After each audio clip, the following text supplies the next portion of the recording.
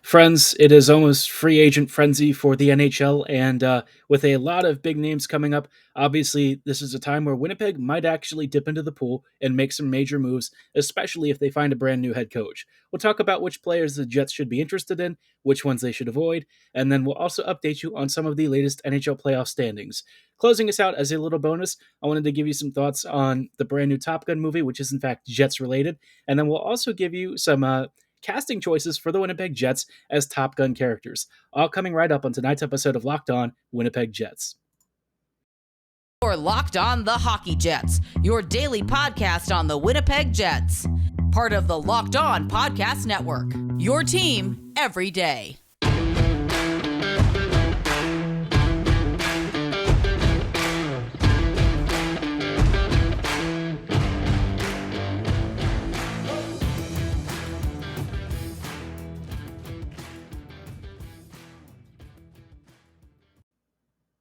Hello, friends, and welcome to tonight's episode of Locked On Winnipeg Jets.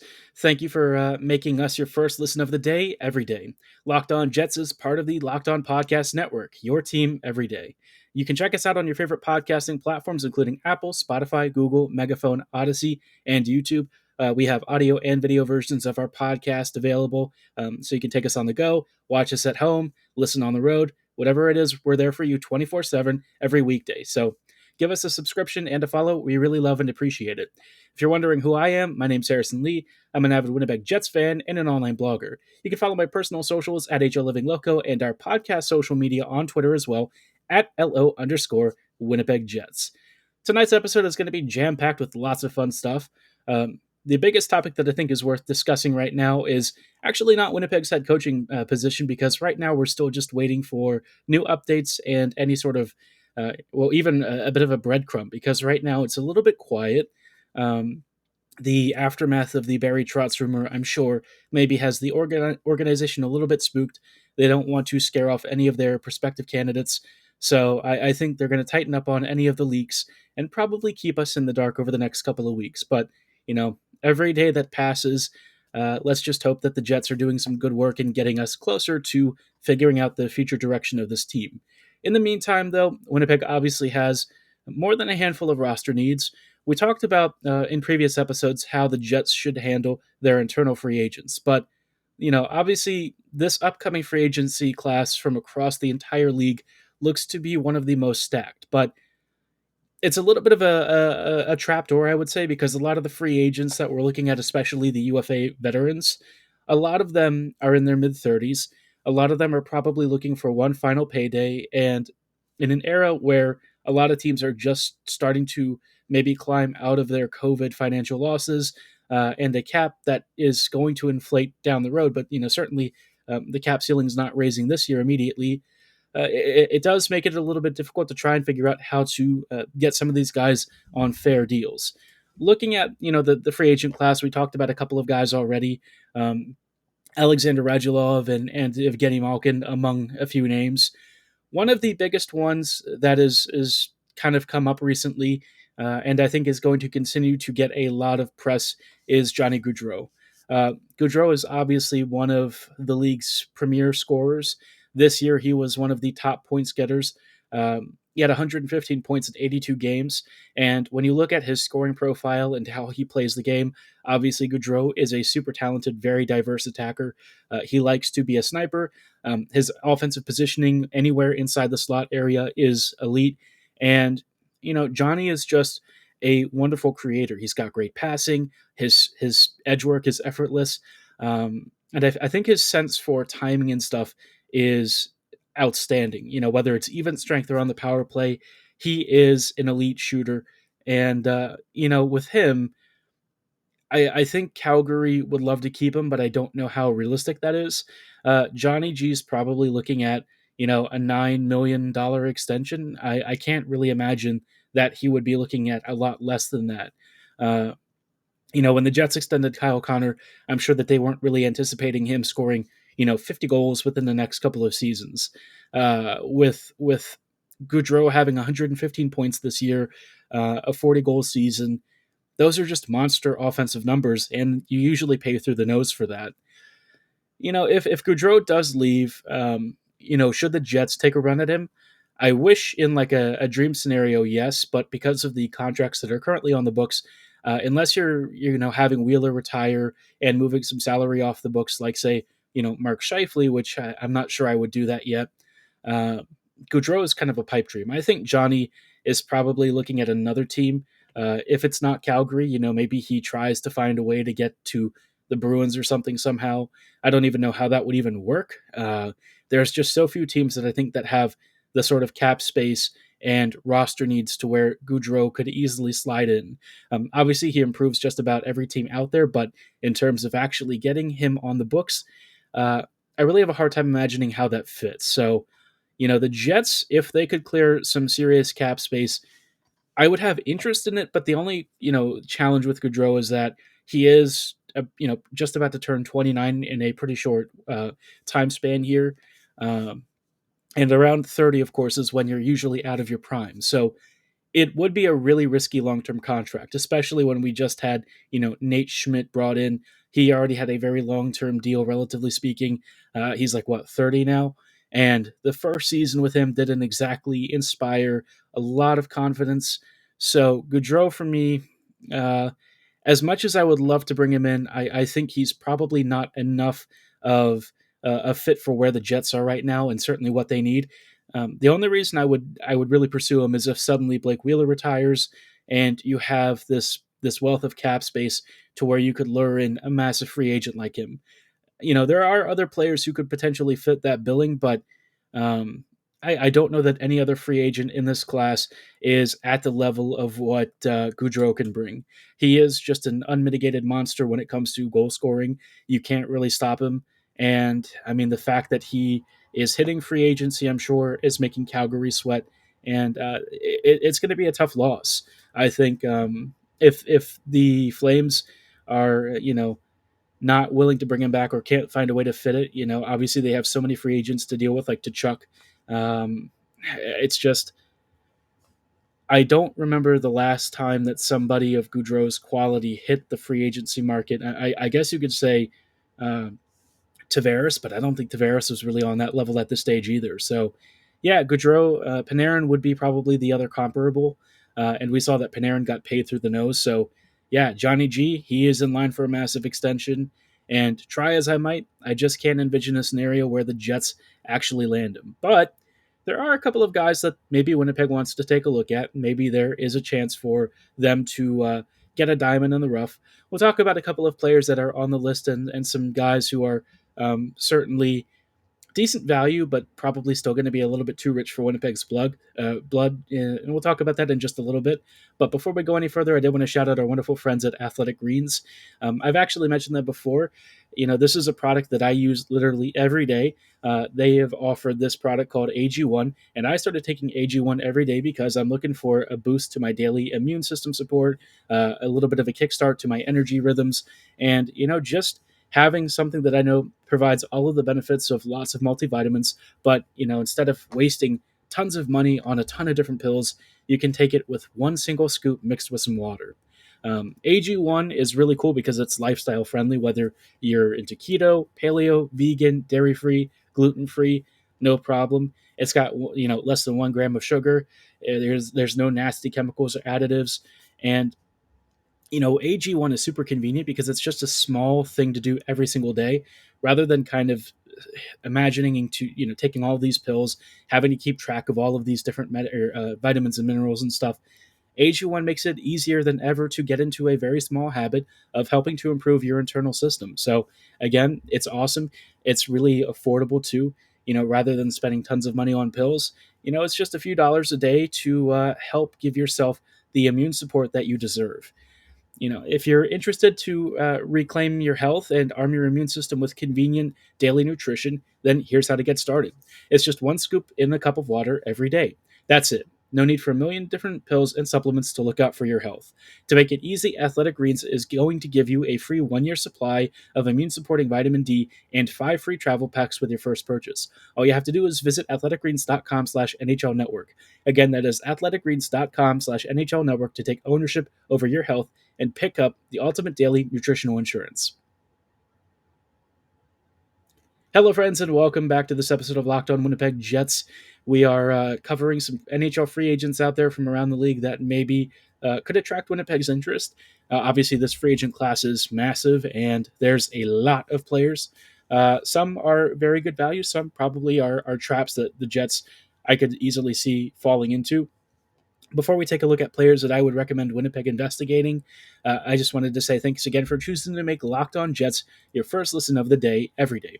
I would also highly recommend checking out Locked On Now. It's our very special podcast that brings you nightly recaps of every NHL game with analysis from our local experts.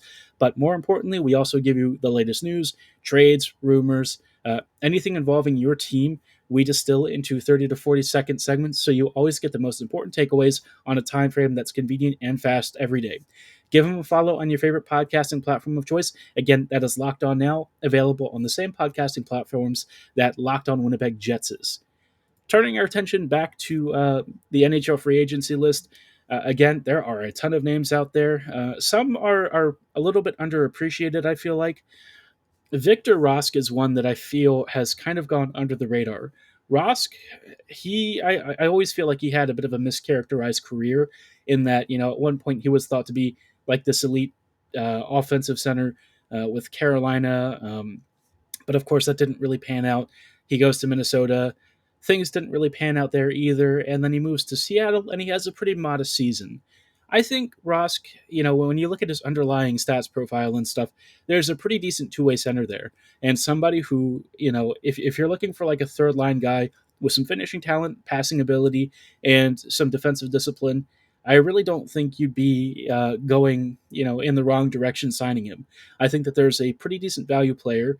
He had 21 points in 47 games for Seattle this year. And if I recall correctly, his statistical profile, the underlying metrics and stuff, actually showed a pretty positive player. Somebody who I think could probably play on your PK, which, for the Jets would certainly be really important. Um, Again, Rosk is a little bit of a gamble. He's almost 30, and I don't actually know how much he would be. If you could get him for like 1 or 2 years at around, say, 2 million or so, I don't think that that's the worst. If you're looking for some depth and really boosting that bottom six, um, from Winnipeg's perspective, the only concern I would have is if it would block a spot for another player to really slide in and become, part of this core. I think, David Gustafson really needs a chance. Obviously, Cole Perfetti is going to have a spot somewhere in the top nine. So I don't want the Jets to just pursue free agents to pursue them. I want them to kind of build a core that is suited to being competitive in the near future without handicapping them long term. That's kind of why, like, I'm looking at Nazem Kadri being an option, and I feel like that's a really tough one because for me, Nazem is one of the most talented veteran centers that's going to be available in this class. And Kadri is an extremely industrious player in the slot. He plays with that gritty physical edge that the Jets love. Sometimes, he's had issues crossing that line, obviously. Um, I I say sometimes he's gotten suspended a lot. And I don't know that he is necessarily going to change his game. He's like 32, and if you read his Players Tribune article, you probably know he is who he is at this point, and he doesn't really seem all that apologetic for it. So Kadri, if he's willing to take a team friendly deal with the Jets, I would love to bring him in as potentially an option, especially if Pierre Luc Dubois walks. Kadri would immediately slide in behind Scheifele as our number 2C, but I do think he'll probably stay with Colorado. The Avs apparently have gotten indication that Kadri would be willing to stay around, and it makes sense. You're on a Stanley Cup contender, one of the top like 2 or 3 teams in the NHL. If you can take a deal and maybe chase a title at his age, I can't really blame him if he walks away. Now, the last free agent that we'll talk about this episode is one that I think all of us know extremely well. And, Andrew Copp is about to get a massive raise. Let's be real. Andrew, ever since joining the New York Rangers, has just been destroying the competition. And I think it's really shown that the Jets very much did not understand how to use him. Copp, for me, has always been a really industrious player who understands space well. He's always in the right positions. And if you actually pair him with talented players, guys who can finish some of the dishes he sets up or take advantage of him constantly grinding around the goalkeeper and capitalizing on rebounds, then what you've got is a premier attacking center or winger. You can pretty much use him in all situations. And while his defensive game definitely declined recently, the offensive game and certainly the overall impact that he's had on the Rangers is just nothing but astoundingly positive. Under a new coaching staff with the Jets, I think Copp would absolutely shine.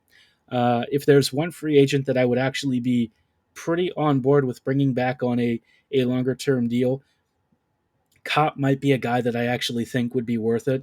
At first, I was kind of not in love with the concept, especially because with the Jets, I feel like he's just going to be pigeonholed forever. But if Winnipeg can finally recognize that this guy is, in fact, a top six center and somebody who you could probably build a pretty great second line with, ask if he wants to come back for 5.5 by 5 or something like that.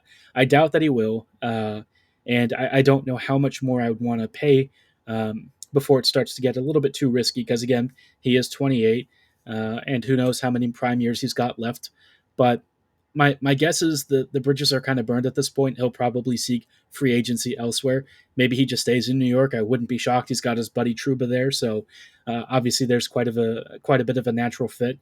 But if the Jets can open up the coffers and bring Copp in, while maybe cutting some salary elsewhere, I'd very much support that. I think that that's a move that'd be wise. If he comes in and Trotz becomes coach, I think he'd probably become Winnipeg's answer to like Lars Eller or TJ Oshie. So, yeah, I very much love Copp. I think that he is a phenomenal player, and what he's doing with the Rangers is just showing why the Jets really swung and missed on how to use him. But I'd be curious to know if you'd want him back. Be sure to let me know at HLiving Loco and at LO_Winnipeg Jets on Twitter or in the YouTube comments below. For now, though, we are going to transition briefly to a couple of fun topics to close us out. I wanted to give you some series updates from around the NHL playoffs, and then closing us out, some thoughts on the brand new Top Gun movie and who I would cast as some of the lead characters. If you haven't seen it yet, I'm just going to give you the names of the characters. You'll have to watch the movie yourself to see what exactly the comparisons are. But before we go any further, I do want to shout out our wonderful partners at BetOnline. They continue to be the number one source for all of your online betting needs and sports info. You'll find all the latest odds, news, and sports developments, including this year's basketball playoffs, Major League Baseball scores, boxing and MMA fights, and even next season's NFL futures. So if you're already tracking your favorite local football team, they've got you covered. If you're into any sort of other sports like European football, F1, all that fun stuff, they've also got your back covered there. Not into sports? No problem. They've also got Vegas casino games. Really, BetOnline just has every single user and fan covered, no matter what you're into. They are your continued source for all of your sporting wagering information, from live betting to playoffs, esports, and so much more. Getting started really couldn't be easier. Just go to betonline.net on your laptop or mobile device to check out all the latest trends and action. BetOnline. It's where the game starts. Hello, friends, and welcome back to these closing thoughts on tonight's episode of Locked On Winnipeg Jets. I wanted to update you briefly on the current standings from around the NHL playoffs. It is round 2, and we're almost at a close. In the Colorado and St. Louis series, St. Louis has actually clawed back a single game in overtime, which was a bit of a shock to the Avs. Colorado, I think, had a lead in this game and then kind of blew it and then lost in overtime, which was, for Avs fans, kind of excruciating. If you give the Blues any sort of an opening here, especially with St. Louis now getting to have Game 6 on their own turf, it's going to be tough. You don't really want to go to a Game 7. Colorado kind of breezed through the first round, and frankly, they were breezing through St. Louis, but because of the goaltending and, maybe a bit of misfortune here and there, suddenly they now find themselves into extended games, and I think they were expecting to win Game 5 at home and finish off the series, but that's not really the case. And so, I thought that the series could go the full distance, just because even with the Blues not being great in the series, somehow St. Louis just has that experience, kind of like Tampa Bay. It's just really difficult to knock them off for some reason. Not that I think that they're a particularly amazing team, but I am still rooting for the Avs. I hope that they finish it off in Game 6. I would much prefer Colorado to advance, but the fates may not align for this one. In terms of Carolina versus New York, Carolina pretty much dominated New York in Game 5. The Canes now lead the series 3-2. New York has to wait a couple of days until they get their chance to avenge themselves. But yeah, not a great performance. probably just throw the tape out on that one and hope that in Game 6 at home, you can claw back and tie the series. We do actually have an elimination in the meantime. Unfortunately, the ever fun Battle of Alberta has ended with Edmonton winning the series 4-1. This game was absolutely insane for Game 5. Uh, Calgary had a 3-0 lead and then lost it in the span of like this 3 or so minute period where they went from having a 3-0 lead to being tied like 4-4. It was crazy in the second period. Every shot just seemed to go in, sometimes scoring within 10 or 15 seconds of another goal. Just like a remarkable series, a remarkable game. I wish we got the full 7, but Calgary's now out. And for the Flames, the questions around Gaudreau and certainly Tkachuk are now going to start swirling. So maybe Tkachuk or Gaudreau to Winnipeg. Who knows? Until then, though, we've got Colorado and St. Louis and then Carolina and New York the rest of the way before we finally get to the conference finals. Let's root for the Rangers and hope that they advance to the Eastern Conference Finals because obviously we want that second rounder to become a first-round pick. That is going to be all of our playoff talk, though, for now. I do want to talk about one more fun thing, just a little bit of a bonus coverage. Not necessarily hockey related, but because it's kind of, Jets themed, I thought it'd be funny to talk about Top Gun, the new Top Gun movie. I'm sure a lot of you, I've actually looked at our demographics numbers for these YouTube videos, and I can see some of you probably have been Top Gun fans for many years. I'm sure you probably all saw the movie back in the day. I remember growing up, I loved aircraft, and my dad was big into the original Top Gun movie, and kind of got me. I wouldn't say hooked on it, but certainly aviation and stuff was always very interesting. And I'm not going to spoil this movie, but what I will say is, if you love Top Gun or just really fun action films that are to the point, very concise, but expertly crafted, and you're somebody who can actually enjoy Tom Cruise performances, this is your movie. I think that Top Gun for me is probably one of the best action films I've seen in years. Uh, it feels very tight and controlled, but they allow themselves time to breathe as well. And they've got some emotional character beats. I was surprised at how well they integrated stuff from the old films and the constant callbacks and references without it becoming overwhelming. It was just a nod or a reference here and there, and a bit of a passing of the torch for maybe future Top Gun movies. Who knows? As far as this one is concerned, though, I came out and immediately wanted to watch it again. So if you have any interest, you should check it out. But on a related note, I thought about, for some reason, what Winnipeg Jets players would have been cast in this film.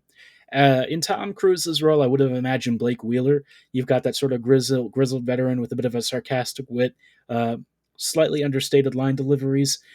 Blake is talkative, but certainly in a more low key, down tempo way, which is kind of a little bit of what you see with Tom Cruise when he's not, dogfighting with random terrorists and stuff.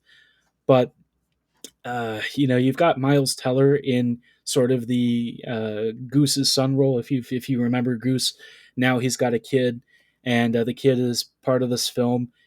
The kid has that tension with